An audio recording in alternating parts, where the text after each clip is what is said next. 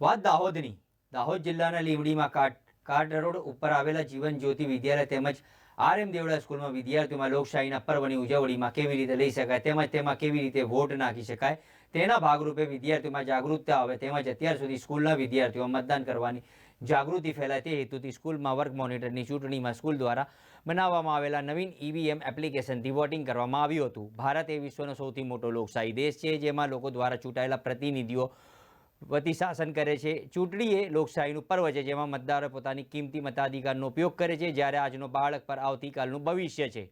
બાળકના શાળા કક્ષાએથી જ ઉત્તમ અને જવાબદાર નાગરિક તરીકેનો ગુણો વિશે તેની કાળજી લેવામાં આવે છે. આથી જીવન જ્યોત વિદ્યાલય લીંબડી તેમજ શ્રીમતી RM દેવડા માધ્યમિક સ્કૂલ લીંબડીના બાળકોને લોકશાહીની પદ્ધતિ અને ચૂંટણી પ્રક્રિયાથી માહિતગાર કરવા માટે શાળામાં બાળ સંસદની રચના કરવામાં આવી અને શાળાના આચાર્ય કુલદીપ મોરી તથા શૈલેષ બાબોર દ્વારા તેમાં શાળાના સમગ્ર શિક્ષકોએ ભાગ લીધો, જેમાં ધોરણ 1 થી 8ના તમામ વિદ્યાર્થીઓએ બાળ સંસદની ચૂંટણીમાં મતદાનમાં ભાગ લીધો હતો. તેમજ આ અંગે વિદ્યાર્થીઓને તાલીમ પણ આપવામાં આવી હતી અને શાળામાં બાળ સંસદની રચના કરી શાળાની વિવિધ કામગીરીઓમાં બાળકોને સોંપવામાં આવી હતી. અને બાળ સંસદની મુખ્ય વિશેષતા એ છે કે જેમાં બાળકોના મતાધિકારની સાથે સાથે નોટા અને રાઇટ ટુ રિકોલ જેવા અધિકાર પણ આપવામાં આવ્યા હતા, જેમાં સમગ્ર શાળાના શિક્ષકોનો મહત્વનો ભાગ ભજવ્યો હતો.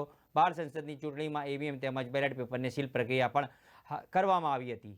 ભારત એ વિશ્વનો સૌથી મોટો લોકશાહી દેશ છે અને એ મુજબ અમારી શાળા જીવન જ્યોત વિદ્યાલય લીંબડી શ્રીમતી RM દેવડા માધ્યમિક સ્કૂલ લીંબડીમાં લોકશાહીને ધ્યાનમાં રાખી બાળ સંસદની ચૂંટણીનું આયોજન કરવામાં આવ્યું હતું. આજનું બાળક એ આવતીકાલનું ભવિષ્ય છે અને મતદાતા દ્વારા જે નેતાની જે વરણી કરવામાં આવે છે તેમાં મતદાતા વતી નેતાઓ જે શાસન કરે છે અને ચૂંટણી પ્રક્રિયા કેવી રીતે થાય છે, વીવીપેટનો ઉપયોગ કેવી રીતે કરવામાં આવે છે, તે જ રીતે બાળકોને બાળ સંસદની ચૂંટણી દ્વારા અમે લોકોએ સરસ મજાનો ઉપાય કરી અને બાળ સંસદની ચૂંટણીનું આયોજન શાળા કક્ષાએ કરવામાં આવ્યું હતું.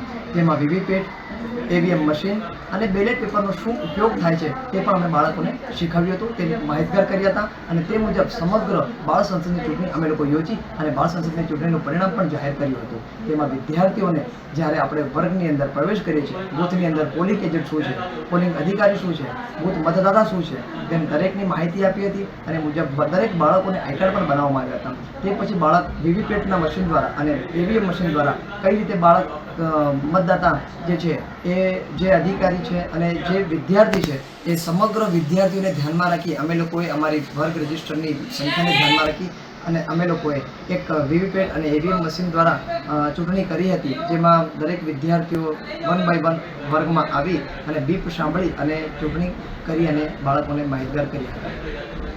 સ્કૂલની સંખ્યા કેટલી છે અને કેટલા લોકોએ ભાગ લીધો અને શેની ચૂંટણી હતી? અમારી શાળાની અંદર ટોટલ સંખ્યા 1640 બાળકોની છે, જેમાં ધોરણ 6 થી 8માં આવતા તમામ બાળકોએ ભાગ લીધો હતો.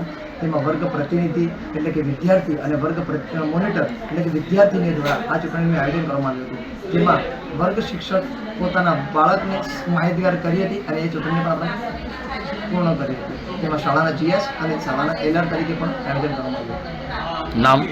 કુલદીપ પ્રકાશ ચંદ્ર મોરી, હોદ્દો? આચાર્ય.